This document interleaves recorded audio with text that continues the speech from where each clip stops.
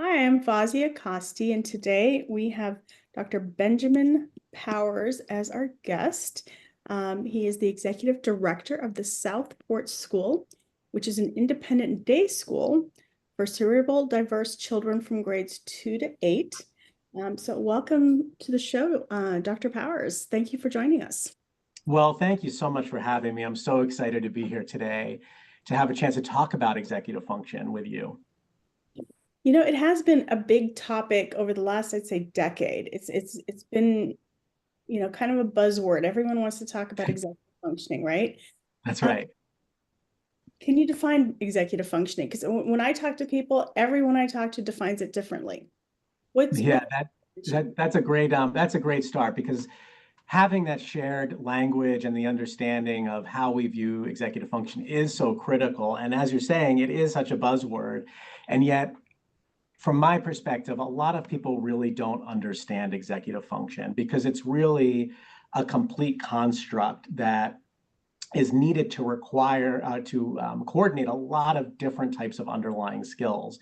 And so the way we really think about executive function are those processes and controls, the behavioral, the emotional, the cognitive controls, the things happening in our brain that have to intersect for us to be able to achieve a goal-directed outcome.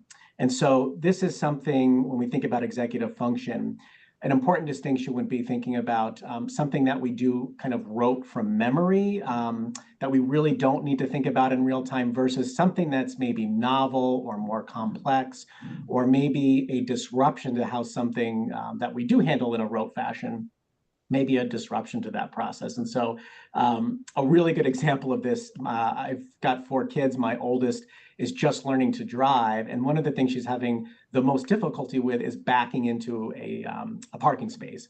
And so she's getting really frustrated over this, upset. And so I'm trying to think about, well, how do I teach her how to do this? Because at this stage in my life, I've been driving for 32 years. Right. I don't think about it, right? And so I have to kind of step back and think about, what are the processes, the behavioral, the emotional, the cognitive controls I need to have to coordinate to be able to get that task done. And that's something that when you're first starting to learn to drive, of course, you actually have to do consciously versus subconsciously when you've been driving for 30 plus years. Right, right. No, that's very true, very true. Um, so did she master it? I have to ask. Well, she's still working on it. It's a work in progress. So for sure, she'll get there though. Oh, well, we always do, right? We always get there. And I think that's what makes executive functioning interesting is that when you practice things, you do get better. That's exactly right. And so I think that's an important piece of it, having that holistic understanding, because I think unfortunately, a lot of times when people think about executive function, they're very much focused on planning and organizing. And of course, planning and organizing, that's an important component of executive function, but it's only one slice of it. So having that kind of complete understanding is really important to get us there. Couldn't agree with you more. Yeah, thank you for sharing that. Tell us a little bit about your school. Sure. So we are a relatively small community. We serve 125 students. The largest area of identification for our students is dyslexia. And the second most common identification is ADHD. And then, of course, there's comorbidity, which I know is an awful term, but the crossover between those students who have both dyslexia and ADHD. So our students are coming in typically from public schools or what we think about as mainstream private schools, where they're struggling with aspects of their academic day. They can come into our community. We have got a 4-to-1 student to teacher ratio. We train our teachers and our faculty, no matter what they're doing, we train them all in the same way. And executive function training is an important component for that for our students.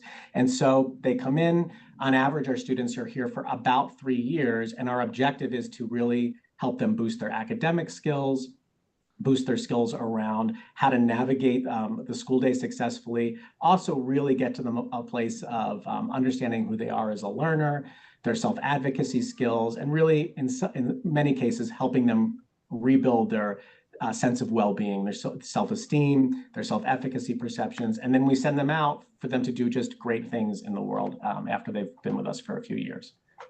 No, I love that. And I find it, you know, almost sad that so many kids struggle with confidence and self-esteem when they struggle with executive functioning. I remember when I was younger, which was a long, long time ago, when I was in college, one of my professors, actually, I remember because it stunned me that he said this. He said, intelligence is measured by how quickly you think. Hmm, In today's world, that's processing speed. So I'm thinking, that's right. I see so many students who don't have good processing speed, but are highly intelligent, very capable. And so I'm glad that you work on executive functioning skills with your students to really help them better understand who they are and build their confidence a little bit, their self-esteem. I'm so glad you said that. I think, unfortunately, the way, the kind of traditional mindset about how we think about intelligence is exactly what you're saying. Part of that has been a perception that processing speed and our ability to respond to something quickly is a sign of being intelligent, or having crystallized intelligence, having all these kind of rote facts, memorized information that we can kind of quickly pull up. And pull out of that, filing system, which for a lot of kids with executive function deficits is much more challenging, versus thinking about things like fluid intelligence and our ability to kind of problem solve and create and navigate around different types of circumstances. And of course, executive function plays a huge role in fluid intelligence. And so, I think it's a real chance to really kind of think about what is important in school and what we're doing with our kids. And that's why, in our mind, regardless of whether a student has a learning or attention issue like dyslexia or ADHD, or is a really strong academic student, executive function plays a really critical role in so many aspects of life, and really our long-term well-being, mentally, physically, socially, emotionally, and our ability to navigate life and achieve the desired outcomes we want to achieve. Yeah, I think it's really important. I think as we as educators learn more about how learning takes place and we learn more about executive functioning, we better serve our students. And I think we better serve them in a more holistic way, which is what appears to be what you're doing, which I love. I love that process. Um, yeah. So tell me, how did you get into this field? Well, that's a long question. I got into this field really by mistake. So I have combined type ADHD. And for people out there who don't know what combined type ADHD is, it means that I can be both hyperactive and inattentive. And so that made school challenging for me. Early on in school, I was pulled out for the resource room for extra reading instruction because I struggled with components of print. And then as I navigated school, although I did not have a name for it, nor did I understand why, because I have areas of deficit, or relative areas of deficit, in my executive function profile as part of my ADHD, it made certain parts of school difficult. And so what's ironic is, by the time I graduated from college, the last place I really thought I would end up is in a school. And so by chance, I ended up becoming involved in a community of learners with dyslexia at the Kildonan School, which was the first school that I really worked at. And I ended up there because after I graduated from college, I tried a few different things. I actually got into finance. I really was not a passion of mine. And I was trying to figure out what to do. And I ended up running into one of my school teachers who I'd had in middle school and high school, asked how I was doing, wondering if I had graduated from college. And so she said, "Hey, we need substitutes." And so I ended up substitute teaching. And by the third day of substitute teaching, I really fell in love with it, because I saw that there was an opportunity maybe to approach learning and students differently than the experience I had at certain points. I also recognized that there were champions I had met in my career in school, including this teacher that I was talking about, who did boost me up and made me feel really good about my potential. So that kind of led me into teaching. It led me to the Kildonan School, and then I met that amazing group of learners with dyslexia, and was like the light bulb went off for me about how interesting and dynamic these learners were, and the opportunity to really think about how to help them be successful in school, but also, long-term in life. Yeah, I love that. I always tell my students that their challenges today can be their strengths when they're in the workplace. And it looks like you've done exactly that. You've taken those challenges you've had and you've flipped them around, and now they're your biggest strengths because you have compassion, you have understanding, you have empathy for your students, and that's a huge, huge thing. Well, one thing that's ironic about it, I'm glad you say that. I think one thing that is interesting, and we do see this, the things we might not think are our strengths. And in my case, there were certain parts of school I did well in, and there were certain parts of school I struggled in. What was funny was the further I went in school, and once I graduated from college, I was thinking, I am done with school. I'm good. I crossed the finish line.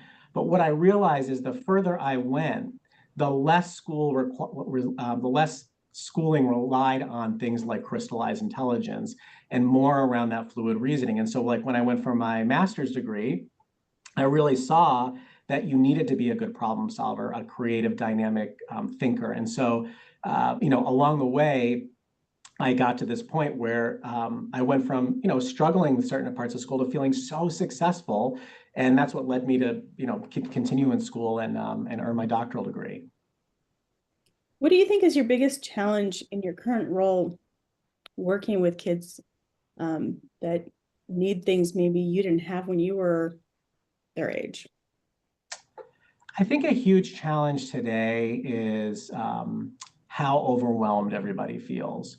And so I think, as a parent of 4 kids, but also, as an educator, as a researcher, as somebody who gets to intersect with a lot of different types of constituents and students, caregivers, families, my sense is across the board, everybody is feeling overwhelmed and everybody is feeling pressured. And so we see that, of course, in anxiety and things like this, but I think that's a real factor impacting kids today that maybe, like, I certainly didn't deal with nearly as much when I was a kid in school. Do you think that's only been an issue since COVID started, 2020 or 2019? Or do you think that's been like over the last decade or two? How long do you think this has been an issue? Yeah, I think it's COVID has certainly exacerbated this. Absolutely. But I think, both just qualitatively from what I see, but then also, I mean, there are, research studies that were occurring before COVID to really look at the impact of things like anxiety, depression, mental health issues on children. And, prior to COVID, they were already seeing increases in those areas. And so, there are like NICHD studies that support this. And I think that's been happening for a while now. And it's certainly, there's no single thing to blame necessarily, but I think it's a component of a lot of different pieces, like technology, screen time, the immediacy or instant gratification, the shift for kids to much more kind of structured activities versus unstructured playtime. So I think there are a variety of factors at play that have contributed to this kind of perfect storm that we're seeing of feeling as anxiety and being overwhelmed. I see a lot of kids who have just activity after activity after activity, and they have very little downtime. Yeah, Do you think that's that's right. an issue? 100%. It's funny. I try to tell, like even my kids, I say, boy, when I was like, middle school, high school, a success was finding your friends and getting together and doing something, right? Today we take that for granted because in a second we can kind of text message somebody, our friends, and we know where they are or we're tracking them maybe. So yeah, I think, Scary thought, but true. what's that? A scary thought, but true. Right, it's true. And so We I do think, track people. yeah, and I think at the end of the day, what that's led to is less of this sense of, and it's, I think about this along the lines of what people talk about with nature deficit disorder, where, this less interaction with the world in an independent way, and kind of needing to navigate and troubleshoot these things has caused a lot of problems. And because we are structuring our kids so much in these back-to-back activities, and we're literally picking them up, dropping them off, an adult is navigating the whole thing, they're being kind of exhausted in a different way. And then when they're back to back like that and they have very little downtime and hours of homework and a feeling of pressure or stress to be keeping up with what's happening online socially, like I think that's very, very tiring and exhausting for kids and adults. Yeah, I was going to say it's kind of exhausting for everybody. I think parents get exhausted. You know, I'm sure you've been in a car on a long car ride, and we've all taken that summer vacation in the car for a week, and you at the end of the day of driving for 8 hours, you're exhausted, and yet you haven't done anything. That's right. Yeah, I think we're certainly emotionally, cognitively exhausting ourselves in so many ways. And it's funny, I think about, even here at school, when we communicate with parents, part of what we're trying to do is reduce the number of, we're trying to be efficient or kind of synthesize the communication here because, you know, like my kids' school, I get emails from their teachers every week. I get emails from the principals every week. I get an email from the superintendent every week. We have 4 kids, 3 different schools. It's not manageable. You can't keep up with it. So, and Right. that's just a very, very minor example. So yes, you're 100% correct. There's just this cognitive overload in this space for sure. Yeah, I've noticed a lot of parents, really try to keep their kids in as many activities because they want them in ballet, they want them in soccer, they want them in baseball, they want them in music class, that, and then they try to fit in this because their kid also has ADHD and needs executive functioning coaching, or maybe they have a deficiency in math, and they're trying to coordinate all these things, and it's hard to find that 1 hour. And when you talk to kids and you say, when do you just hang out with your friends? A lot of times they don't even have friends because they don't spend the time looking for friends or nurturing those relationships that they have. Exactly right. It's funny. When I was younger, one of the things I used to really love was to work on cars. And I used to love to take things apart and put them back together. And so I got really interested in mechanics and cars. And so one thing I used to say is, at the end of the day, a car really needs 3 things. The motor, the engine of the car really needs 3 things. It needs spark, it needs fuel, and it needs air. And our kids come into our environment, they typically got plenty of spark. They typically have the fuel, right? But it's that air, it's giving them that space to breathe. And I think, unfortunately, we're in an environment that we've created, we've perpetuated and created this as adults.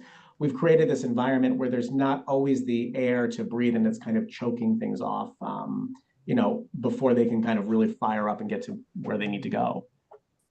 The way I see when you talk about the air is giving them that space to, nurture relationships, maybe make mistakes. Because I think you learn a lot from your mistakes. And I have so many students that will they're apologizing all the time because they feel like every time they make a mistake, it's like this fatal error. And it's not. And it takes a while to shift that mindset to say, you know what? Look at it as, what did I learn from this experience? Instead of, oh my God, I'm sorry, I made a mistake. I made another mistake. Oh, can you believe I made another mistake?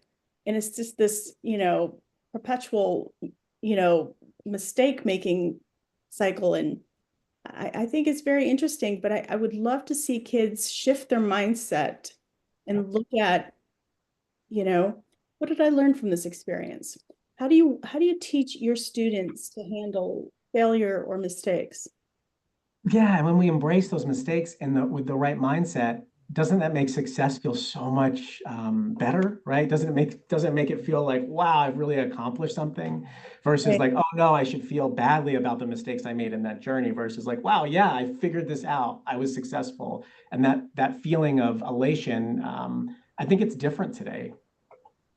Yeah, I always tell my students, I said, it's kind of like when you're a researcher, Edison, how many times did he create the wrong thing before he created the light bulb? He didn't look at all of those as mistakes. They were just learned a way that it didn't work. This is just one way that it didn't work. So I think we just need to shift our mindset as to how we see failure or mistakes. And I like the way you're teaching that to your students. What are what are some of the big life lessons that you teach your students? What are the biggest things that you think your students learn from your school? I would say, I really think the biggest thing, it's funny, parents come to us with their children because they're struggling in school. And so certainly today versus, I got into this field almost 30 years ago. Certainly today, parents are looking at things a little more holistically, but I think the biggest drivers are around academic success, reading, writing, math. What's interesting is most of the time, the first kind of feedback or calls or, what we hear from parents is around something related to their child's sense of self. And so as an example, we might hear a parent say, wow, like my child out of nowhere, like they decided they wanted to go out for like a team or try something new. So I think the biggest thing that we really see that develops in our students is that sense of emotional well-being and confidence. And again, who they are as a learner, and that all of us have relative areas of strength. All of us have relative areas of deficit, no matter who we are as a learner. Understanding those, embracing those, developing strategies around, how we're going to use those strengths and deficits to be successful. I think when our kids leave here, they're really well grounded in knowing that and being able to advocate for themselves and say, hey, this is who I am as a learner. This is my profile. I'm going to do well here. These are the things you can expect from me. At the same time, here's where here are the things that I need to be successful. So as an example, if we have a student who needs more time to complete an assignment, especially a long-term assignment, letting a teacher know, hey, if there's a long-term assignment coming up, it's really helpful for me to know that as soon as possible so that I can start putting a plan together. So I think giving them that sense of ownership and agency, that's like at the heart of it. I think that's probably the biggest gift that our students walk away with. Yeah, it sounds to me, and correct me if I'm wrong, that you really allow people to be more diverse, be who they are. And if they need more time, they need more time. We're not all the same, which is, I think, one of the biggest mistakes of traditional public schools is they expect everyone to function at the same speed, at the same level. And we're all different. And I like what your school does with that. Tell me a little bit about how you teach your students to advocate for themselves. That's a really tough one for a lot of kids. It is tough. We do it at a very individualized level. And what I mean by that is depending on where a student is when they come into our school, each of our students is assigned to an advisor, and our advisor is a tenured member of the faculty who really works to understand the student's profile, develop a relationship with the family, develop a relationship with the student. And so we do kind of a really structured approach to this with our students. So our students know in class if they're struggling, if they need help, they can ask to go see their advisor. So they've got, again, that little bit of that breathing room, that flexibility. The advisor will work with the student and really kind of scaffold, sometimes directly with the student so they know it, sometimes indirectly. As an example, if a student, let's say, didn't complete their homework, perhaps the advisor is going to work with the student to help them consider a plan to both talk to their teacher or teachers about the homework that they didn't complete and how are they going to actually do the homework so that that plan can also be shared with the teacher so that we know there's an end goal in sight. And on the back end, maybe without telling the student, the advisor is going to those teachers saying, hey, Johnny and I spoke this morning. He's going to be coming to you. Here's what we discussed so that the teacher can then support them. And so what we find is that by finding those inroads into positive experiences of advocating, framing it for them, helping them understand the different components, that it's not just saying to the teacher, hey, I didn't do my homework, but also, hey, there's a plan in place for that. But having that positive experience and feeling successful in that, I think gives our students a great deal of confidence moving forward to take healthy risks in those spaces. Yeah. I like that. Although most schools assign a counselor to a student or a family, I don't think they probably do it the same level that you do it. What you said sounds much more robust and more interactive than a typical counselor. And I think that's probably very much needed for every student, not just your students. Yeah, 100%. And I think, as part of that, what we're doing, again, this is very prescriptive. We are teaching them about executive function. Oh, we teach them, very directly, the underlying behavioral, emotional, and cognitive controls. We we have these markers in our school, like the visuals, so they can see them and remember them. And so we help them on kind of like it's not just kind of one level. We're really trying to come at this through a very robust framework, so that again, they can develop that independence and automaticity to be able to do this when they leave us. I love it. How do you think your school physically is set up differently than maybe a traditional school? You said you have, things on the walls, or what else do you do that helps your students? Yeah, so one thing, I mean, it's and I call this a necessary luxury for our kids. Our classes are very small, so we have a 4-to-1 student to teacher ratio, and that's not like what you see in like the college guide when they advertise a college with like a low ratio. Like literally, if you come into our classes, the core classes have 4 kids in them. So I think that environment, everybody gets a front row seat to their education. That's one important piece. Another important piece is that whether a student is in 2nd grade or 8th grade, every single student has an individualized schedule. And so we're able to create an environment where they're moving a lot during the day, they're going from class to class, and they're following classes that actually are aligned certainly with their age, but also with their areas of strength or difficulty. And we can move kids in and out of those classes as they progress through the year. So that's a really important factor. And then environmentally, right, we have a lot of visuals. We really look at that visual, auditory, kinesthetic triangle and opportunities to really reinforce multimodal instruction, but also the opportunity and understanding that just like adults, sitting for an hour is not something we were ever designed to do. And so we let our kids move. If they, we have flexible types of seating. If a child wants to sit on the floor, we've got, ways to help support that. If they want to be standing and, stretch and move their vestibular system and activate, the components of those movement components that are going to help them re-engage, we want them to do that. So there's just a little bit more flexibility as compared to like a standardized, kind of mechanized learning environment.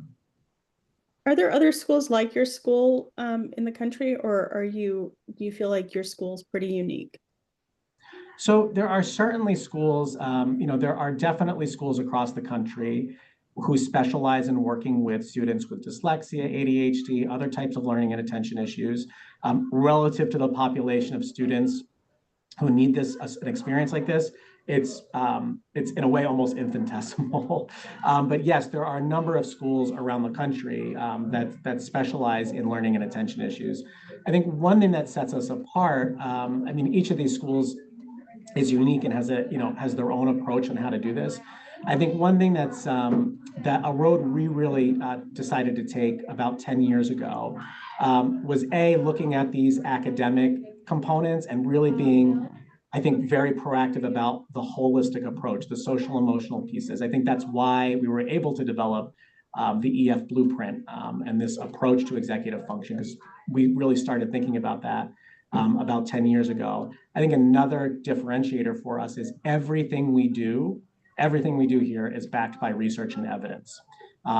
So although I'm the executive director of the Southport School and CoLAB, I'm also a research scientist at a place called Haskins Labs, which is a kind of an epicenter of research around spoken and written language acquisition. I run a group out of Yale, the Yale Child Study Center, and at UConn, and I run something called the Dyslexia Foundation. And all of that work is around research. We're doing everything from like NIH-funded grant work all the way through to collaborative think tanks. And so we're able to kind of make those connections, bring researchers in, learn from researchers, share with researchers, so that everything we're doing, we're iterating the program every year, but everything we're doing is directly influenced by what we understand from advances in research and science around learning and attention issues.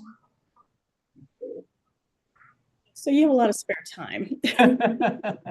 I told you I have ADHD, right? So nobody should be surprised. Not at all. I'm not surprised. Yeah, you clearly have a very robust background. I'm just curious, like, what are the biggest lessons that you've learned when you combine your practical experience versus your research? Like, what are your biggest lessons learned What are you hoping to implement next? Yeah, I think one of the biggest lessons I've learned, I mentioned school was tough for me at times. I would say, as much as I was successful in my master's degree and in my doctoral degree, with both of those, I would say about halfway through, I was really on the fence about whether to continue. And so I think I mentioned that because it's a reminder to me that even when we have success, things can still be challenging, right? But the reason it was so important, and I really kind of came to understand this, especially when I was in my doctoral program, really understanding what research is. And I think the biggest takeaway for me was that I think we make a lot of assumptions with good intention.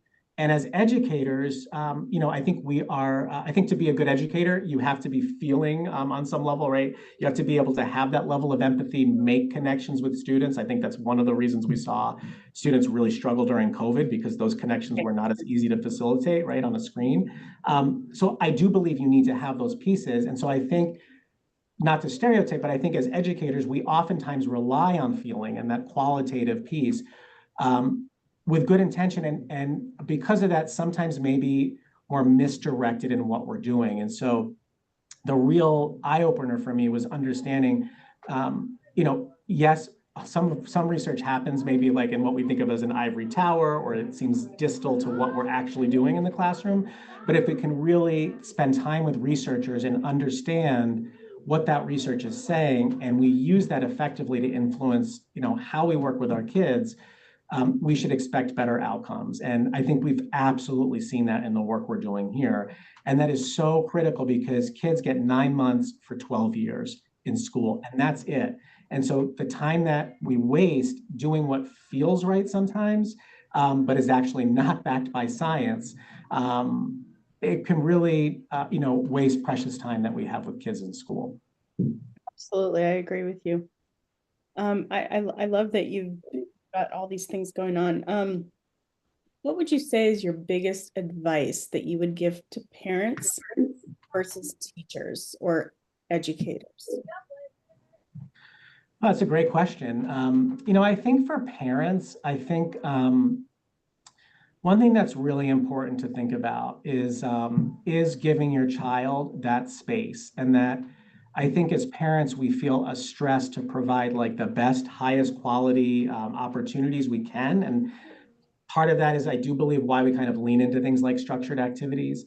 But I think it's really important for parents to understand that there is a value in providing that space to kids. And certainly, there needs to be some kind of parameters around that. I'm not suggesting we leave kids alone to play video games by themselves in a room for 3 days straight. I mean, that's not healthy either. But giving them some of that space to learn from and understand how that balance works in life, whether it's how they break their time apart, the ability to try new things and gain new experiences, which can be really tough when you're like in a set kind of activity schedule. So I think, having those new experiences, being open to working on things that actually may not work, or your child may not even like in the long, in the end, but trying new things, giving that space to breathe. Those are really important aspects to provide a runway for our kids to be able to develop a sense of self. Yeah, I definitely agree with you. What about teachers? What advice would you give educators or teachers that maybe are in a more traditional educational setting? I think, I think we can appreciate that teaching is a really difficult job.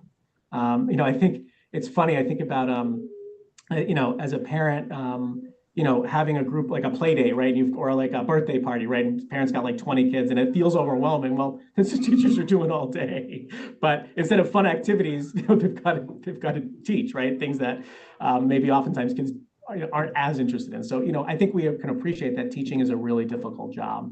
And there's a lot that goes into it. And teachers spend a lot of time around planning and, making sure their lesson plans are in place. I guess what I would say is, I do think one thing we can all do a better job or most of us can do a better job of as educators, is really taking that step back to think about, why do we see certain successes or failures in the classroom, especially around things like behavior? To me, most kids, especially early on, like preschool, kindergarten, most kids are so excited to go to school. Most kids are like, I remember my youngest daughter, Zoe, we went out for the first day of school and put her other three siblings were going on. I think she was 4. And she let go of my hand and she walked and tried to get on the school bus, right? Like, she was so excited. She was still a year away, but she was so excited to go to school. And I think sometimes we lose that in kids. And so, and we may see that manifesting in things like behavior or, where things don't seem to be working well. And I think as teachers, oftentimes, because we do have so much to juggle, we look at those things in a very black and white way. And we say, oh, that's good or that's bad.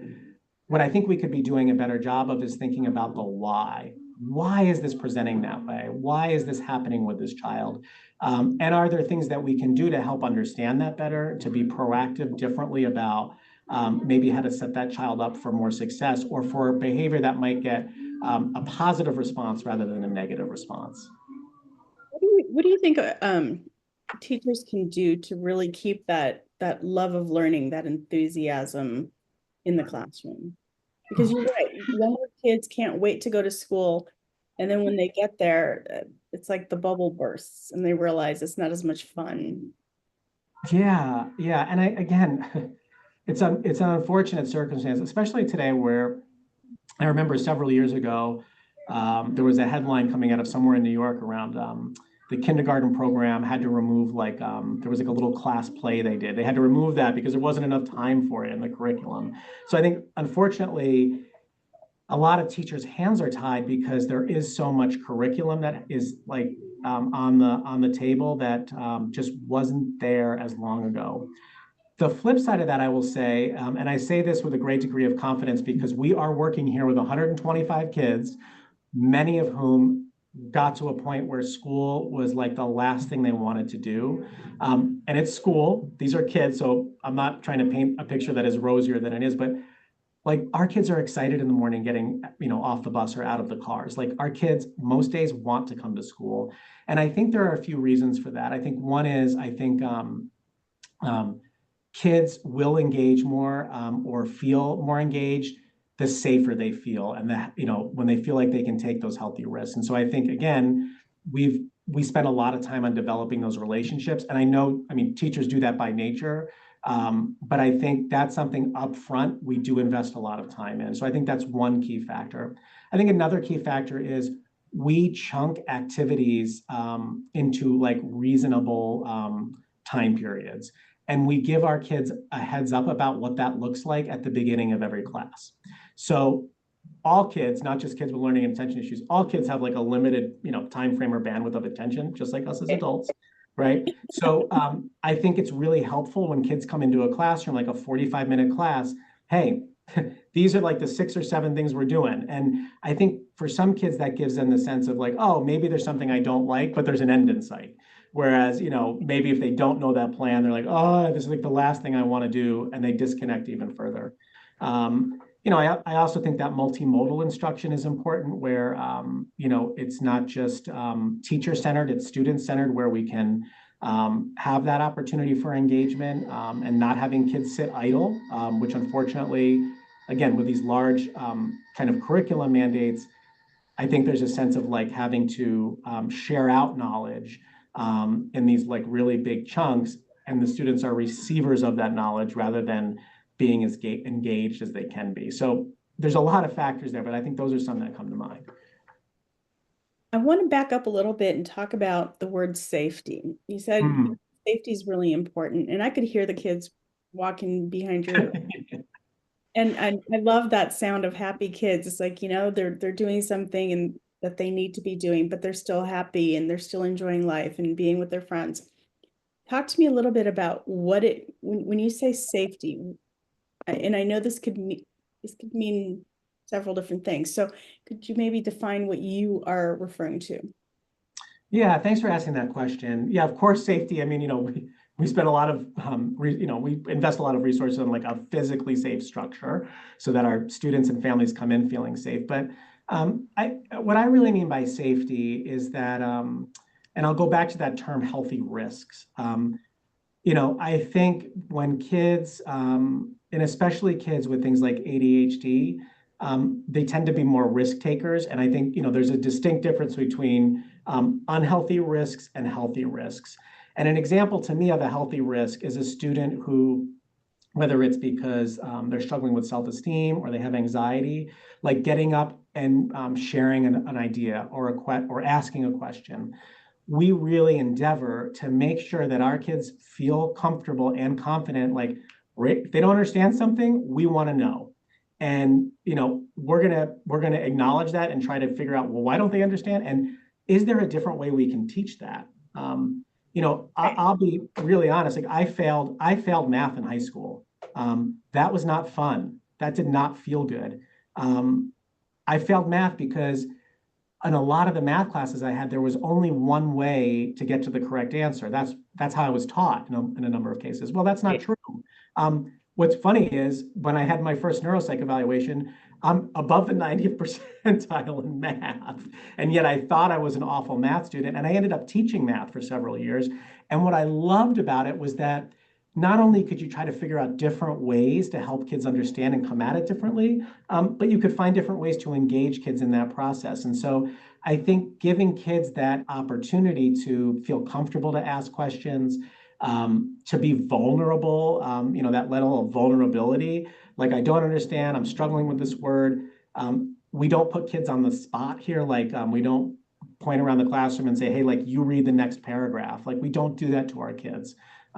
We kind of challenge them where they are so that they do feel safe to take that next healthy risk. It sounds like you challenge them, but without judgment, so they can feel like this is a safe place for me to ask questions and talk to my teacher and give my opinions and whatever else that needs to be taken care of. Yeah, that's wonderful. It's a great way to say it. Yeah, thank you. Yeah, I really love your school's concept. It's really nice, especially the 4-to-1 teachers. Yes. I truly feel like every school should have that. Small groups. It would be the best thing ever. So we're getting kind of to the tail end here. Is there any advice, any last notes that you'd like to share with our listeners? I really think, a lot of people ask, like, where can they start around executive function? And, how do we add this kind of into our lives? We've spent a lot of time today talking about feeling overwhelmed or, there's so much in everybody's plate. What's interesting to me about executive function is it does take an investment of time to understand them. But I will say, once you do understand the executive function construct, and it's not rocket science. Like at the end of the day, it is easy to understand, and that's part of why we wrote the EF blueprint. And there's ways to access and understand those things with kids. Most of what we do with the EF blueprint is game-based. Games like Simon Says. I mean, these are all games we all know. Right. What I will say is, whether you're a teacher or a parent, understanding the executive function construct is a game changer. And I'll give you a very specific example. As a teacher, you have two kids who come into your classroom to start class.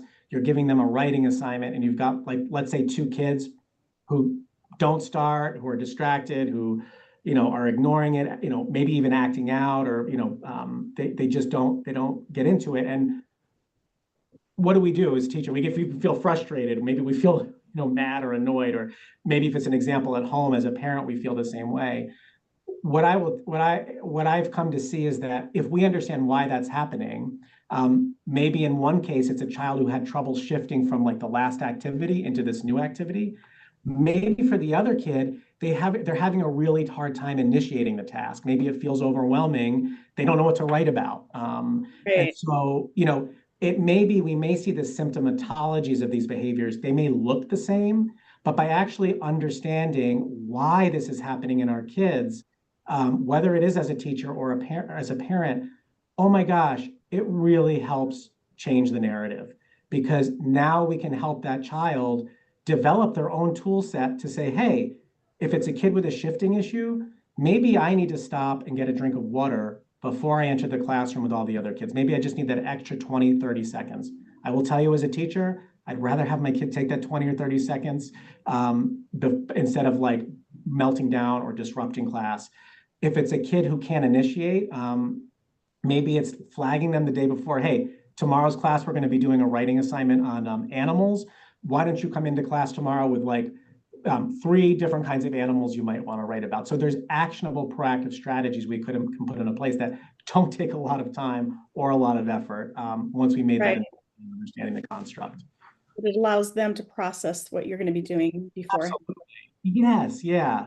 And it's so empowering for our kids, and it's empowering us for us as educators and as parents. Absolutely. So if somebody wanted to take a look at your executive functioning blueprint, how can they get access to that? Sure. So the executive function blueprint, that guide is actually on Amazon. They can purchase it right on Amazon in hard copy, or it's also available by Kindle. And we're actually about to launch a set of training modules around the executive function blueprint. So the modules, they're animated, they're interactive, they follow the book. So it's kind of, they complement each other. And so whether it's, through the book in print or Kindle, or it's through these modules that we're about to release, that's a really good way to access and learn more about the executive function blueprint. And they can get all of that on Amazon. Yeah, the book they can get on Amazon. The modules would be available shortly, and that would be through our website, the southportcolab.org. Okay. And we are going to put all of this on our YouTube channel, so we'll have all those links on there as well. So I really appreciate you being on today. You've been a wealth of information. I've really enjoyed our conversation. And thank you very much for taking time to talk to our audience. Well, thanks so much. Appreciate having me. And thanks for doing this for our community. We really appreciate people who are investing this time to share knowledge and resources so that everybody can access it. Well, as an executive functioning coach, I don't believe that I'm the only expert in the field. So I try to bring as many people as I can onto my podcast or my magazine so that we can get as much information out there to those who need it. So we will definitely promote this for you. And hopefully we benefit our clients. So thank you very much. And if you're looking to get a hold of me, my name is Fazia Costi, and you can go to my website, executivefunctioncoachaz.com. And without you, this would not be possible. So thank you for listening. Have a great day.